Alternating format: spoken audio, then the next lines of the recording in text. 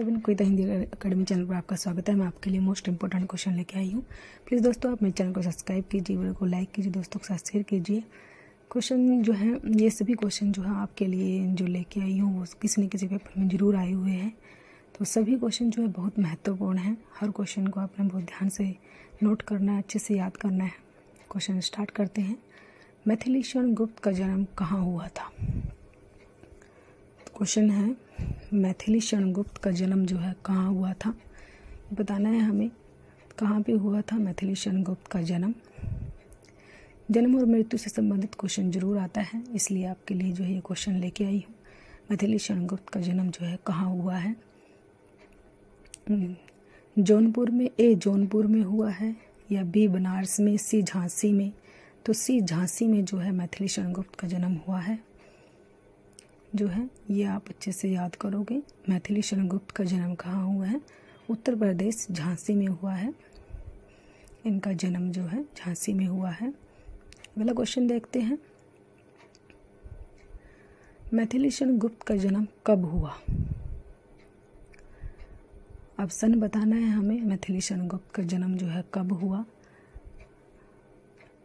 कौन सा सन है वो जिसमें मैथिलीशरण गुप्त का जन्म हुआ था? तो सन आपने अच्छे से याद रखना है। जो है मैथिलीशरण गुप्त का जन्म कौन से सन में हुआ? सन 1884 ईस्वी, सन 1885 ईस्वी, सन 1886 ईस्वी या सन 1887 ईस्वी। तो कौन से सन में जो है, तो वो सी होगा। सन 1886 ईस्वी में जो है मैथिलीशरण गुप्त का जन्म हुआ है, सन 1886 ईस्वी। अगला क्वेश्चन देखते हैं। राष्ट्र कवि के रूप में किसे जाना जाता है? राष्ट्र कवि के रूप में जो है किसे जाना जाता है, ये पूछा है। किसको जो है राष्ट्र कवि के रूप में जाना जाता है? मोस्ट इम्पोर्टेंट क्वेश्चन है, पेपर में आता है। राष्ट्र कवि जो है किसे कहा जाता है? कौन से कवि को जो है राष्ट्र कवि कहा जाता है? तो वो मैथिलीशरण गुप्त हैं। बी आंसर होगा। मैथिलीशरण गुप्त को जो है राष्ट्र कवि की उपाधि मिली थी जो है। अगला क्वेश्चन देखते हैं। मैथिलीशरण गुप्त को राष्ट्र कवि की उपाधि किसने दी थी? किसने जो है राष्ट्र कवि की उपाधि जो है उनको दी थी? तो कौन से जो है वो नेता हैं जिसने जो है राष्ट्र कवि की उपाधि दी है? सुभाष चंद्र बोस है, महात्मा गांधी, रविंद्रनाथ टैगोर हैं, लाला लाजपत राय हैं। तो किसने जो है मैथिलीशरण गुप्त को राष्ट्र कवि की उपाधि दी थी? तो बी होगा। महात्मा गांधी ने दी थी। उन्हें राष्ट्र कवि की उपाधि जो है महात्मा गांधी ने दी थी। यह आप अच्छे से जो है याद करोगे। अगला क्वेश्चन देखते हैं। मैथिलीशरण गुप्त किस युग के कवि हैं? कौन से युग के हैं ये कवि, ये बताना है हमें। भारतेंदु युग है, द्विवेदी युग, छायावादी युग या शुक्ल उत्तर युग। कौन से युग के जो है मैथिलीशरण गुप्त हैं? कौन से युग में आते हैं ये, वो बताना है हमें। तो वो द्विवेदी युग में आते हैं। बी आंसर होगा। द्विवेदी युग में जो है मैथिलीशरण गुप्त आते हैं।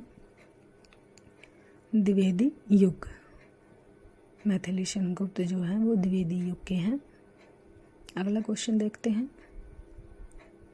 गुप्त जी को आधुनिक युग का तुलसी किसने कहा? मोस्ट इम्पोर्टेंट क्वेश्चन, पेपर में आता है ये क्वेश्चन बार बार। आधुनिक युग का तुलसी जो है किसको कहा? किसने कहा? आधुनिक युग का तुलसी जो है किसने कहा है? गुप्त जी को जो है आधुनिक युग का तुलसी किसने कहा है, ये बताना है। आचार्य रामचंद्र शुक्ल ने, रामधारी सिंह दिनकर ने, डॉक्टर गणपति चंद्र गुप्त ने या डॉक्टर रामकर वर्मा ने। तो किसने जो है इनको आधुनिक युग का तुलसी कहा है?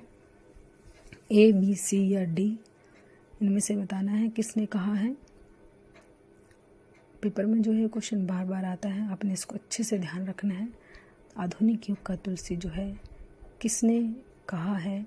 गुप्त जी को जो है आधुनिक युग का तुलसी। तो सी होगा। डॉक्टर गणपति चंद्र गुप्त ने कहा है उनको आधुनिक युग का तुलसी जो है डॉक्टर गणपति चंद्र गुप्त ने कहा है। इस क्वेश्चन को आप ध्यान से नोट करोगे, अच्छे से लर्न करोगे। क्वेश्चन जो है अगला देखते हैं। गुप्त जी को भारत सरकार द्वारा कौन सा सम्मान दिया गया है? वो सम्मान कौन सा है जो भारत सरकार के द्वारा गुप्त जी को दिया गया था, वो बताना है। ए पद्म भूषण है, बी पद्म विभूषण है, या सी पद्म श्री है, या इनमें से कोई नहीं। तो कौन सा सम्मान जो है भारत सरकार के द्वारा गुप्त जी को जो है दिया गया था, वो सम्मान बताना है। कौन सा सम्मान है? तो पद्म भूषण है, वो ए होगा, पद्म भूषण। ए आंसर होगा पद्म भूषण। ये जो है सन कौन से सन में दिया गया था? तो 1954 ईस्वी में दिया गया था। ये भी आप अच्छे से नोट करोगे। 1954 ईस्वी में जो है दिया गया था भारत सरकार के द्वारा गुप्त जी को जो सम्मान जो है। अगला क्वेश्चन देखते हैं। मैथिलीशरण गुप्त की खड़ी बोली में रचित पहली कविता है। पहली कविता कौन सी है उनकी? ए जयद्रथवध, बी हेमंत, सी साकेत, या डी रंग में भंग। तो मैथिलीशरण गुप्त की खड़ी बोली में पहली रचना कौन सी लिखी थी उन्होंने? तो बी होगा, हेमंत लिखी थी। पहली रचना जो उन्होंने खड़ी बोली में हेमंत लिखी थी। ये आप अच्छे से ध्यान रखोगे। हेमंत को जो है उन्होंने पहले लिखा था खड़ी बोली में, पहली कविता है वो उनकी। तो पहली कविता जो है पूछी जाती है मैथिलीशरण गुप्त की। अगला क्वेश्चन देखते हैं। मैथिलीशरण गुप्त को किस रचना के कारण राष्ट्र कवि की उपाधि मिली थी? कौन सी उनकी रचना थी जो जिसके कारण जो उनको राष्ट्र कवि की उपाधि मिली थी? वो रचना बतानी है हमें। साकेत है, पंचवटी है, भारत भारती है, या डी जयद्रथवध है। तो सी होगा, भारत भारती के कारण जो है उनको राष्ट्र कवि की उपाधि दी थी। भारत भारती रचना के कारण जो है उनको राष्ट्र कवि की उपाधि दी थी मैथिलीशरण गुप्त को। मोस्ट इम्पोर्टेंट क्वेश्चन है ये। भारत भारती रचना, कौन सी रचना पर जो है राष्ट्र कवि की उपाधि मिली, ये क्वेश्चन पूछा जाता है। ये भारत भारती किसकी रचना है? तो वो मैथिलीशरण गुप्त की है। अगला क्वेश्चन देखते हैं। मैथिलीशरण गुप्त को किस छंद का बादशाह कहा जाता है? वो छंद कौन सा है? रोला, चौपाई, हरि गीतिका, या कोई नहीं। तो मैथिलीशरण गुप्त का जो है किस छंद के उनको बादशाह कहा जाता है? तो सी होगा, हरि गीतिका। हरि गीतिका जो छंद जो है मैथिलीशरण गुप्त का है। अगला क्वेश्चन देखते हैं। गुप्त जी को मंगला प्रसाद पारितोषिक पुरस्कार किस रचना पर मिला था? वो रचना बतानी है हमें, किस रचना पर मिला था उनको मंगला प्रसाद पारितोषिक पुरस्कार जो है। यशोधरा, साकेत, रंग में भंग, जयद्रथवध। तो कौन सी रचना पर उनको जो है मंगला प्रसाद पारितोषिक पुरस्कार मिला था? उस रचना का नाम है बी साकेत। साकेत पर उनको जो है मंगला प्रसाद पारितोषिक पुरस्कार मिला था गुप्त जी को जो है साकेत पर। ये जो है सन भी आप नोट करोगे। 1900 साकेत जो है 1932 ईस्वी में जो है 1932 ईस्वी में जो है मिला था। ये भी आप जो है नोट करोगे। अगला क्वेश्चन देखते हैं। गुप्त जी के किस काव्य में लक्ष्मण के चरित्र का वर्णन है? कौन सा ऐसा काव्य है जिसमें लक्ष्मण के बारे में जो है वर्णन किया गया है गुप्त जी ने? वो काव्य बताना है हमें। यशोधरा है, पंचवटी है, रंग में भंग है, या जयद्रथवध है। किसमें जो है गुप्त जी ने? तो वो बी होगा, पंचवटी में जो है इन्होंने लक्ष्मण के बारे में बताया है। पंचवटी काव्य में जो है गुप्त जी ने लक्ष्मण के चरित्र के बारे में वर्णन किया है। ये आप अच्छे से जो है याद रखोगे। अगला क्वेश्चन देखते हैं। मैथिलीशरण गुप्त का प्रथम काव्य संग्रह है। प्रथम काव्य संग्रह कौन सा है? साकेत, पंचवटी, रंग में भंग, जयद्रथवध। तो मैथिलीशरण गुप्त का प्रथम काव्य संग्रह कौन सा है? सी होगा, रंग में भंग जो है उनका प्रथम काव्य संग्रह है। मैथिलीशरण गुप्त जी का काव्य संग्रह भी आपने अच्छे से याद रखना है। तो प्रथम कौन सा है? रंग में भंग। अगला क्वेश्चन देखते हैं। रंग में भंग रचना का प्रकाशन वर्ष। सन 1909 ईस्वी, सन 1910 ईस्वी, सन 1911 ईस्वी या सन 1912 ईस्वी। तो रंग में भंग रचना का प्रकाशन जो है कौन से सन में हुआ था, ये सन बताना है हमें। रंग में भंग रचना जो है कौन से सन में प्रकाशित हुई थी, ए, बी, सी या डी। तो रंग में भंग जो है ए होगा, 1909 ईस्वी में जो है 1909 ईस्वी में जो है रंग में भंग जो है रचना प्रकाशित हुई थी। ये आप अच्छे से नोट करोगे।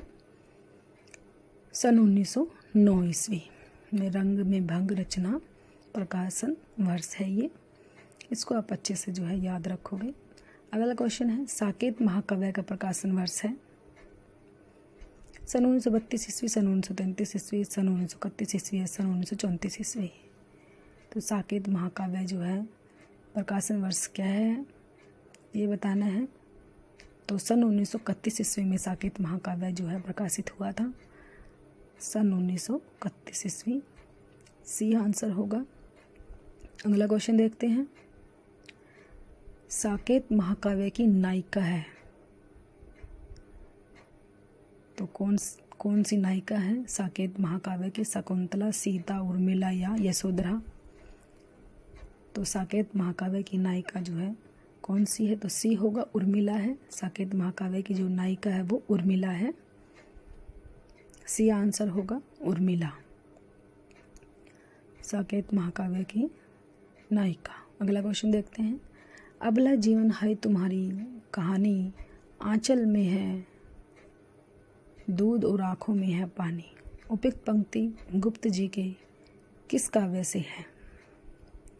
बतानी है ये पंक्ति जो दी गई है, मोस्ट इम्पोर्टेंट है ये पंक्ति, पेपर में बार बार आती है। विष्णु प्रिय, यशोधरा, प्रिय प्रवास या साकेत, किस में से जो है पंक्तियाँ ली गई है, ये भी पूछा जाता है किस रचना में से ली गई है।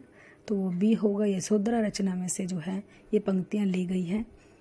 जो है ये लिखी किसने है ये भी पूछा जाता है। तो ये मैथिलीशरण गुप्त ने लिखी है, ये भी याद रखोगे, और यशोधरा में से ली गई है।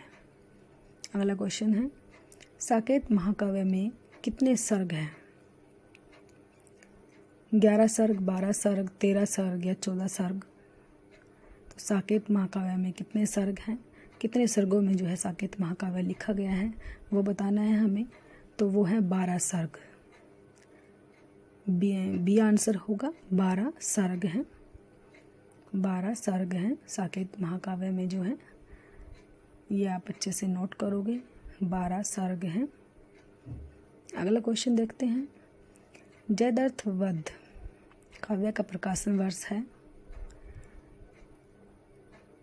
जयद्रथ वध जो है काव्य जो है कब प्रकाशित हुआ था ये बताना है। बी आंसर होगा, सन 1910 ईस्वी में प्रकाशित हुआ था जयद्रथ वध जो है सन 1910 ईस्वी। अगला क्वेश्चन देखते हैं, पंचवटी काव्य का प्रकाशन वर्ष है। सन 1927 ईस्वी, सन 1928 ईस्वी, सन 1926 ईस्वी, सन 1925 ईस्वी। तो पंचवटी काव्य जो है कब प्रकाशित हुआ, ए, बी, सी या डी। पंचवटी काव्य जो है डी आंसर होगा, सन 1925 ईस्वी में जो है पंचवटी काव्य जो है प्रकाशित हुआ था, सन 1925 ईस्वी। अगला क्वेश्चन देखते हैं, झंकार रचना का प्रकाशन वर्ष है। ए 1929 ईस्वी, 1930 ईस्वी, 1931 ईस्वी या 1932 ईस्वी। ए, बी, सी या डी। तो झंकार रचना कब प्रकाशित हुई थी ये बताना है, कब प्रकाशित हुई थी झंकार रचना। ये जो है सन आपने अच्छे से याद रखनी है, सन 1929 ईस्वी में जो है झंकार रचना प्रकाशित हुई थी, सन 1929 ईस्वी। अगला क्वेश्चन देखते हैं, जय भारत रचना का प्रकाशन वर्ष है।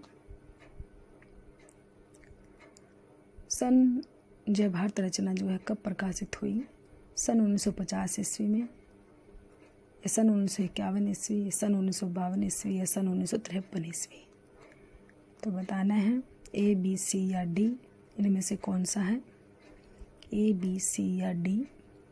जय भारत रचना जो है कब प्रकाशित हुई, ये सन आपके लिए इसलिए लेके आई हूँ कि सन जो पूछे जाते हैं, तो सी आंसर होगा। सन 1952 ईस्वी में जो है रचना प्रकाशित हुई थी जो है। अगला क्वेश्चन देखते हैं, मैथिली शरण गुप्त का निधन कब हुआ? मैथिली शरण गुप्त का जो है निधन जो है कब हुआ?